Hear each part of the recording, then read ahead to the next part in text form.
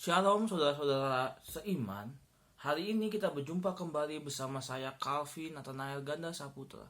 Hari ini kita sama-sama belajar akan kebenaran firman Tuhan yang diambil dari Wahyu 2 ayat 1-7 yang bertema tentang kasih yang sesungguhnya, di mana kitab ini menjelaskan bahwa Tuhan memberikan pesan kepada Rasul Yohanes untuk disampaikan kepada ketujuh jemaat di Pulau Patmos. Dan hari ini kita belajar tentang satu jemaat yang pertama, yaitu jemaat Efesus.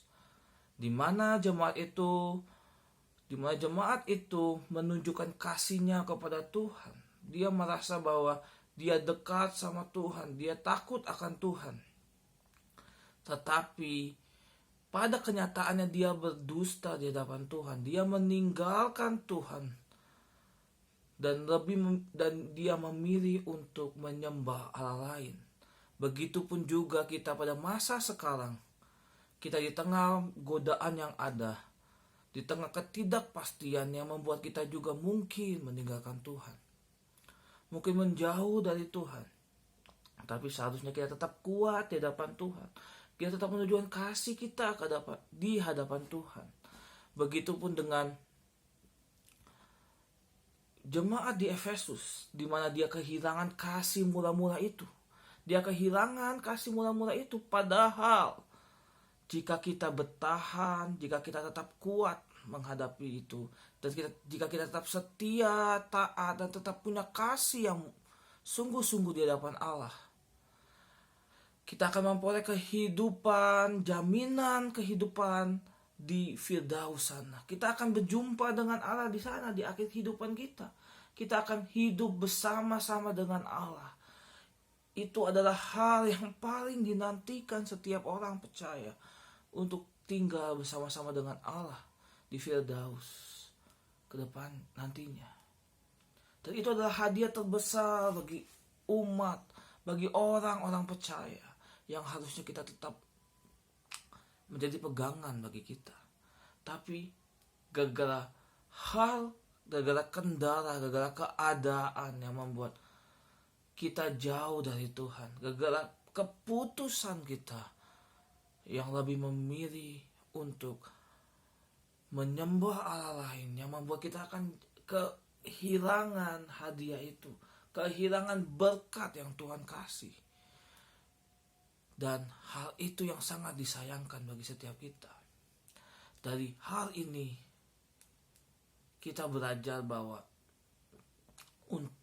sangat susah, sangat sulit bagi kita untuk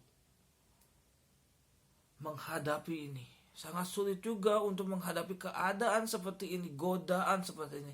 Tapi kalau kita benar punya kasih yang sungguh-sungguh, saudara-saudari yang mendengarkan video ini, punya kasih yang sungguh-sungguh kepada Tuhan, akan membuat kita tetap bertahan menghadapi godaan yang ada, godaan yang merintangi dimanapun kita lakukan.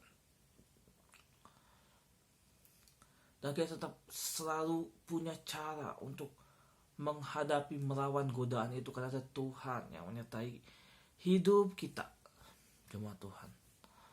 Dan hal apa yang kita harus pelajari dari kehidupan Daniel, dalam kehidupan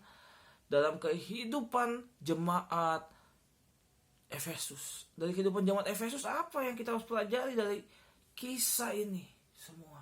Bahwa yang pertama, kita harus mengobarkan kasih mula-mula. Nah, itu sangat penting. Kasih mula-mula itu penting kita kobarkan, api kita terus menyala-nyala. Seperti juga dengan jemaat Efesus yang awalnya punya kasih mula-mula, yang awalnya merindukan kasih itu, tapi di tengah jalan goyah. Padahal kasih mula-mula itu sangat luar biasa. Ibarat seperti seorang ibu yang rindu akan anaknya, yang terus mencari anaknya sampai ketemu. Dan ketika ketemu akan bersuka cita, akan bahagia. Begitupun dengan Tuhan. ketika berjumpa dengan kita, ketika begitupun dengan kita, ketika kita berjumpa dengan Tuhan pada mulanya, saat pertama kali berjumpa dengan Tuhan, kita pun begitu rindu, kita begitu sayang kepadanya. Tetapi ketika semua itu berjalan dengan indah, tapi ketika ada suatu saat dia ngerasa bahwa tidak membutuhkan Tuhan, itu hilang.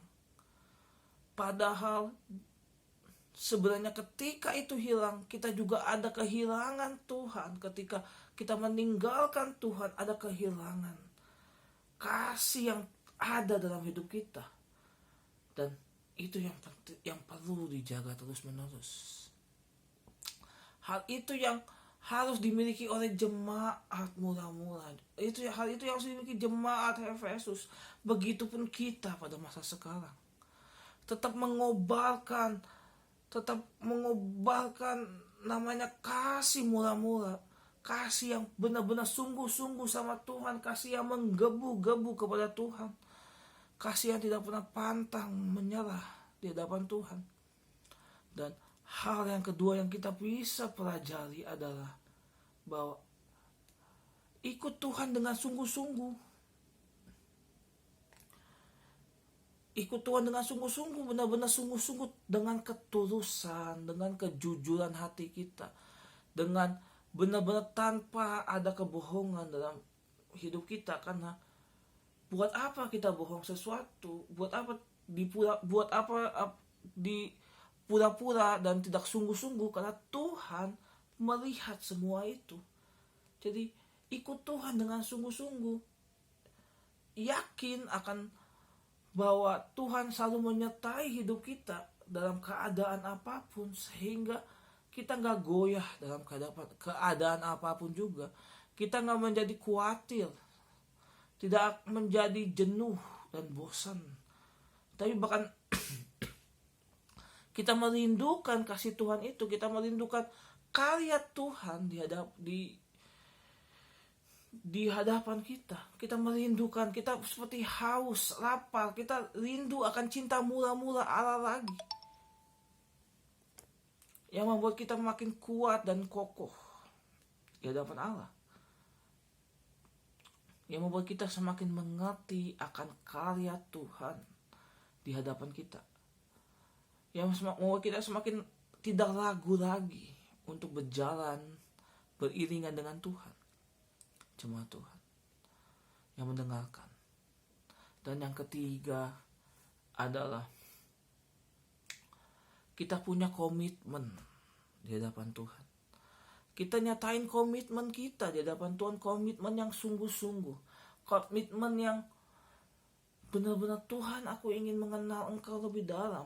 Komitmen yang benar-benar nyata di hadapan Tuhan, komitmen bahwa aku rindu akan cinta mula-mula lagi.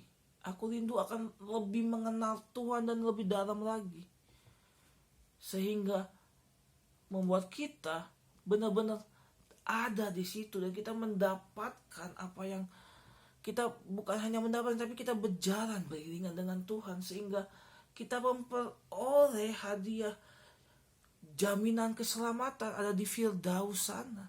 Kita kembali kepada Sang Pencipta kita bisa kembali bersama Tuhan nantinya, sehingga hidup kita selalu dalam penyertaan Tuhan, hidup kita selalu dalam jalan-jalannya Tuhan, dan kita tetap ada di tempat yang benar di hadapan Tuhan, jemaat Tuhan, sehingga membuat kita makin mampu menghadapi segala sesuatu yang ada. Dan kita mampu itu. Gak mudah semua ini, tapi kita yakin jemaat Efesus juga begitu. Tidak mudah menghadapi segala yang ada. Godaan yang ada menggoda kita di tengah keadaan yang sulit. Kalau dalam keadaan yang mudah, pasti kita mampu menyelesaikannya. Pasti kita mampu untuk, gak ada tantangannya, kita pasti bisa kuat menghadapi Semuanya kita tetap percaya Tuhan, kita tetap pegang Tuhan, kita tetap jalan pada panggilannya Tuhan. Tapi kalau kasihnya sungguh-sungguh, tapi kalau keadaannya lagi sulit, keadaannya lagi gak mampu mengatasi segala sesuatu, kita berpikir ulang untuk apakah akan bertahan di sini, apakah kita akan meninggalkan semuanya.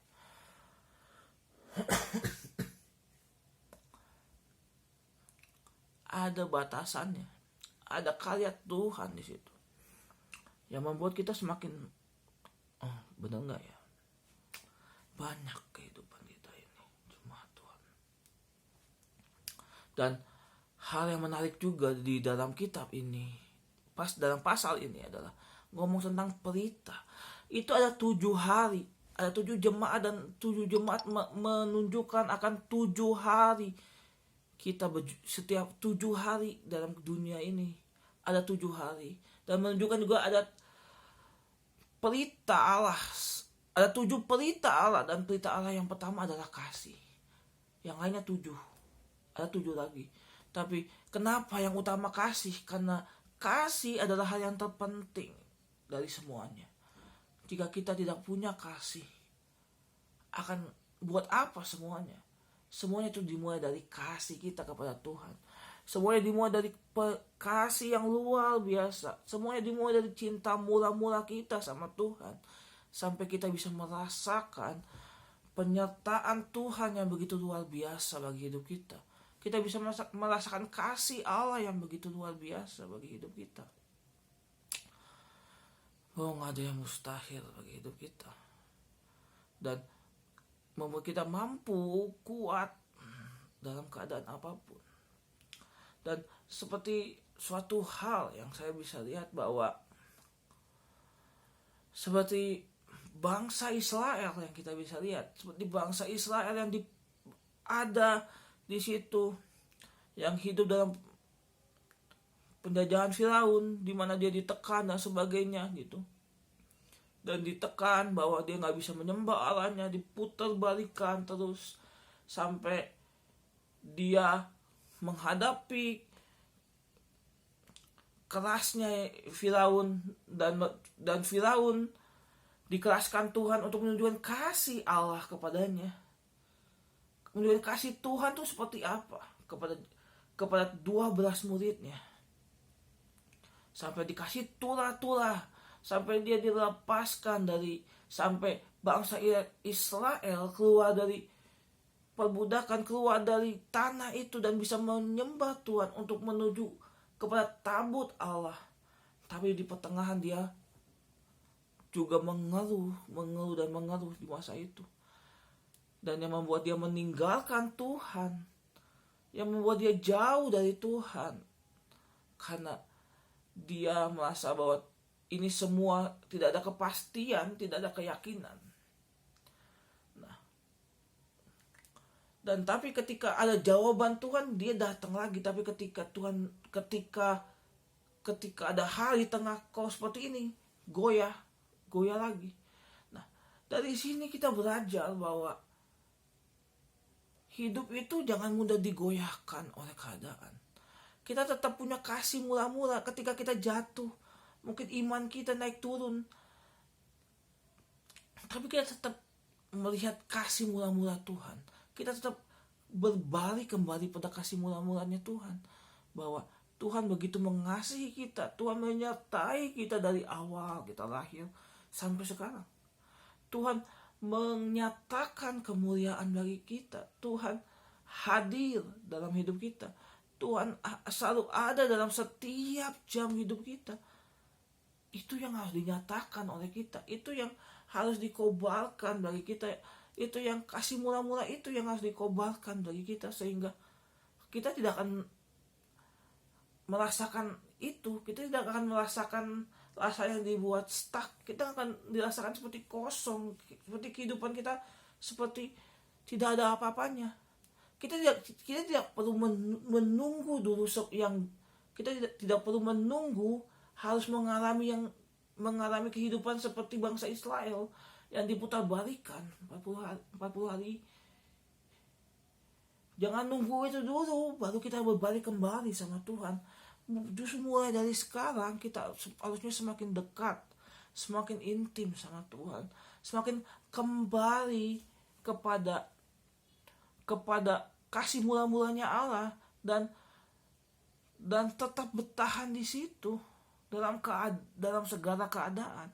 Karena Tuhan akan memberikan bantuan, Tuhan akan memberikan jalan keluar bagi orang-orang percaya yang tetap percaya, tetap yakin sampai akhir.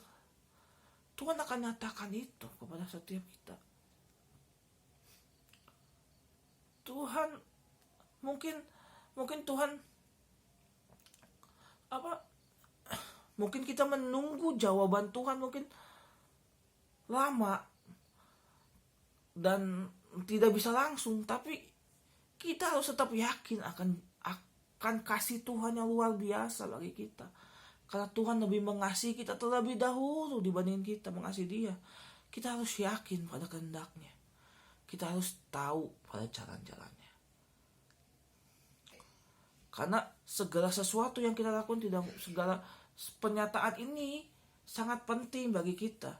Bahwa jemaat Efesus seakan-akan dia berdusta. Dia gak sungguh-sungguh dengan Tuhan. Tapi pada akhirnya dia kembali dengan Tuhan. Sama aja seperti anak yang hilang kembali dan Allah bersuka cita. Begitupun dengan kita. Ketika kita kembali, Tuhan menyambutnya dengan sukacita. Kita selalu berserah, selalu mengandalkan Tuhan. Apalagi di tengah sekarang ini. Cari Tuhan. Layakan Dia, pantaskan untuk memuji dan menyembah Dia lebih lagi. Kobarkan itu, nyatakan itu. Buat suatu hal untuk memuliakan Tuhan sehingga kehidupan kita tidak terganggu tidak terusik oleh pikiran-pikiran untuk meninggalkan Tuhan. Tapi hati kita malah semakin dekat sama Tuhan, malah semakin rindu dengan Tuhan. Semakin rindu untuk berjumpa selalu dengan Tuhan setiap saat. Sama setiap kehidupan kita juga begitu. Banyak lika-likunya. Banyak godaannya, tapi kita tetap bertahan. Harus tetap bertahan dengan Tuhan. Kita harus tetap kuat dengan kehendak-Nya. Seperti banyak hal itu Tuhan. Mungkin yang kita alami gak mudah. Banyak yang kacau, tempat pada libur, dan semua kerjaan di stop dan semuanya. Itu yang membuat kita membingungkan pada masa sekarang. Itu yang membuat kita semakin ngerasa, sebenarnya ada Tuhan gak sih di dalam keadaan kita sulit ini. Itu yang memungkinkan kita juga semakin, ini kok bisa terjadi, ini kok bisa dialami. Tapi kita tetap harus yakin bahwa Tuhan akan memberikan jalan yang terbaik. Jalannya Tuhan itu indah pada waktunya. Jalannya Tuhan adalah rancangannya Tuhan juga baik bagi kita. Jadi tetap kobarkan kasih murah-murah itu. Dan nyatakan itu, dan banyak waktu untuk malah ketika kala semuanya dibuat di rumah. Justru kita harusnya semakin dekat dengan Tuhan. Semakin intim dengan Tuhan. Bahwa kasih murah-murah harus tertanam di dalam hidup kita. Menjadi gaya hidup. Menjadi suatu kerinduan. Menjadi suatu fondasi yang utuh juga. Sehingga membuat kita tidak ragu untuk tetap percaya Tuhan dalam setiap keadaan. Karena Tuhan juga mengasihi kita begitu. Tuhan juga mengasihi kita begitu luar biasa. Tuhan sangat-sangat sungguh mengasihi kita. Begitupun kita pun mengasihi Dia di dalam hidup kita. Nah, seperti kehidupan setiap orang sekarang.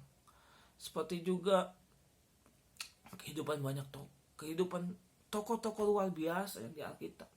Mereka pun mengalami semua itu. Sebelumnya mungkin masalahnya berbeda dengan masa sekarang, masa kita, tapi mereka pun mengalami bahkan lebih dari yang kita alami. Tapi mereka tetap berjalan pada jalannya Tuhan. Mereka tetap berpegang pada kasih murah-murahnya yang Allah, yang kasih murah-murahnya. Mereka tetap berpegang pada kasih murah-murahnya mereka sama Tuhan. Sehingga dalam setiap kehidupan mereka bahwa tercermin bahwa mereka tetap kuat dan teguh. Karena mereka tetap punya prinsip. Mereka tetap berpegang pada firman-Nya Allah. Mereka tetap berpegang pada jalan-jalannya Allah. Mereka berpegang pada kasih murah-murahnya Allah. Karena kasih murah-murahnya Allah itu adalah satu pelita penting dalam kehidupan. Kasih murah-murahnya Allah itu menjadi suatu hal pelita yang penting, di mana kita bisa masuk dalam ruang kudus Allah. Kita bisa masuk ke tempat ke rumahnya Bapa. Kita bisa merasakan kemahakuasaan, keindahan ruang maha kudus Allah. Dan salah satu pilarnya adalah kasih murah-murah, kasih yang sungguh-sungguh, kasih yang luar biasa, sehingga melalui pilar yang pertama, pelita yang pertama, kasih yang murah-murah atau kasih yang sungguh-sungguh, kita bisa berjumpa dengan Allah. Kita bisa bertemu dengan Dia. Dan kita bisa berjumpa secara langsung nantinya bersama Allah. Dan sekarang pun bisa berjumpa dengan Tuhan melalui doa kita yang kita doakan setiap saat dengan Tuhan. Sehingga kita bisa mengatakan, bisa mengucapkan syukur kita kepada Tuhan untuk lebih dekat lagi sama Tuhan, untuk benar-benar merasakan kasih Tuhan secara langsung, secara nyata, dan membuat kita semakin kuat dalam keadaan apapun. Dan kita juga semakin yakin bahwa hidup ini singkat. Makanya kita, saudara-saudari yang mendengarkan, bahwa penting sekali mengobarkan yang namanya kasih murah-murah. Kobarkan itu. Kalau apinya redup, nyalain lagi. Kalau apinya redup, nyalain lagi. Apinya mulai turun, imannya mulai turun, kuatkan lagi, nyatakan lagi. Sehingga imannya atau kasih murah-murah kita itu terus berkobar-kobar. Kasih murah-murah kita itu sama kayak dulu kita pertama kali mengenal Tuhan. Hati kita menggebu-gebu dengan Tuhan. Hati kita rindu dengan Tuhan. Begitupun dengan sekarang.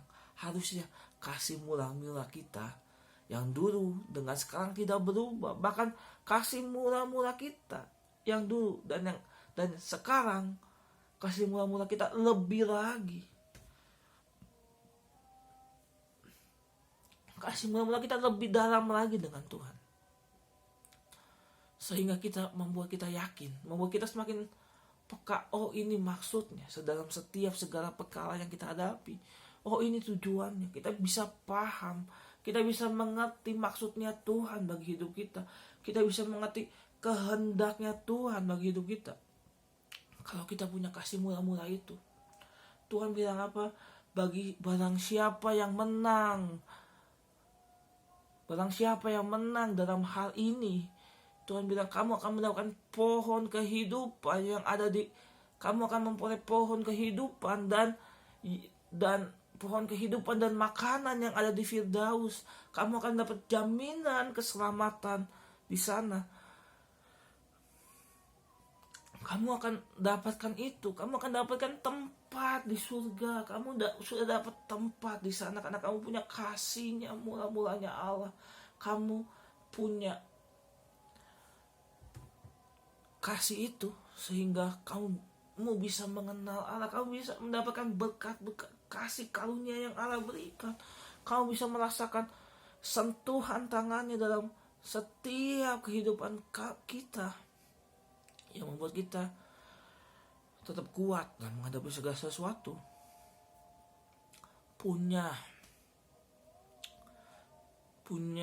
kekuatan yang mampu menghadapi segala sesuatu, sehingga kasih murah-murah kita tetap ada dalam hati kita dalam keadaan apapun, mau suka, duka, sedih.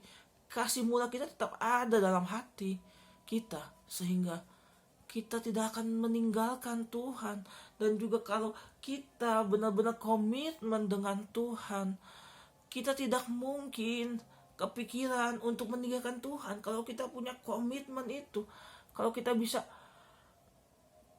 berpegang, kita punya komitmen untuk tetap sama Tuhan, kita punya komitmen untuk tetap rindu sama Tuhan, hal itu tidak akan terjadi bahwa kita meninggalkan Tuhan, kita mencoba-coba untuk menyembah Allah lain yang akan mendukakan hati Tuhan, yang akan membuat Tuhan adalah Allah yang cemburu. Dia akan merasa ditinggalkan oleh Tuhan. Tuhan masa sedih ketika jemaatnya meninggalkan Tuhan dalam keadaan apapun. Tapi yakin akan karya Tuhan bagi hidup kita, yakin akan penyertaan Tuhan bagi hidup kita, bahwa Tuhan ada bagi kita. Jemaat Tuhan hadir bagi kita. Dan hal apa yang bisa kita pelajari hari ini. Dan saya menantang jemaat, saya mengajak jemaat untuk kobarkan namanya kasih murah-murah. Kobarkan, nyatakan kasih murah-murah bagi setiap kita, sampai orang-orang merasakan bahwa melalui kehidupan kita, melalui hidup kita, mereka merasakan ada Tuhan dalam hidup kita. Kobarkan itu kasih murah-murah kita kepada setiap orang, sehingga menunjukkan bahwa kita ini adalah anaknya Tuhan. Kita ini anak yang dekat dengan Tuhan, merasakan bahwa mereka pun bisa merasakan itu. Orang lain bisa merasakan kasihnya Allah, sehingga banyak orang yang diubahkan, banyak orang yang dipulihkan, banyak orang yang bertobat, banyak orang yang mencari Allah, banyak orang yang belum mengenal Allah, belum mengenal firman Allah, bisa mengenal melalui apa yang kita nyatakan dalam hidup kita, dalam setiap apa yang kita lakukan. Dan yang kedua, saya juga mengajak jemaat Tuhan untuk ikut bersama Tuhan dengan sungguh-sungguh. Ikut dengan Tuhan sungguh-sungguh dalam keadaan suka maupun duka. Jangan ketika sukanya doang ikut Tuhan, dukanya tidak. Kita harus ikut bersama-sama Tuhan. Saya yakin bahwa setiap orang percaya Tuhan akan sertai. Tuhan akan memberikan penyertaan yang luar biasa. Tuhan akan menunjukkan kasih-Nya, karunia-Nya, kasih karunia-Nya kepada kita dengan cuma-cuma. Bahkan dia pun rela berkorban demi kita untuk menebus dosa kita. Kasih yang sungguh-sungguh kita harus tunjukkan kepada Tuhan, sehingga ketika kita bilang ikut Tuhan dengan sungguh-sungguh, itu tidak hanya di mulut doang, tapi kita nyatakan dalam wujud iman kita kepada Tuhan dalam menghadapi setiap keadaan apapun. Dan saya juga mengajak jemaat Tuhan dalam hal yang ketiga, bahwa kita punya komitmen. Penting sekali kita punya komitmen kepada Tuhan untuk tetap setia sama Tuhan. Tetap andalkan Tuhan dalam keadaan apapun, dalam keadaan sulit, suka, duka. Karena ketika kita punya komitmen, karena ketika kita punya yakin akan dasar iman kita, bahwa Tuhan adalah fokus kita, satu-satunya Allah yang akan menyelamatkan kita. Itu yang membuat kita yakin dan percaya bahwa kita tidak akan mudah digoyahkan. Bahkan kita tidak mungkin terpikir atau kepikiran untuk meninggalkan Tuhan, karena kita sudah punya komitmen di sini bahwa kita akan taat sama Tuhan, tetap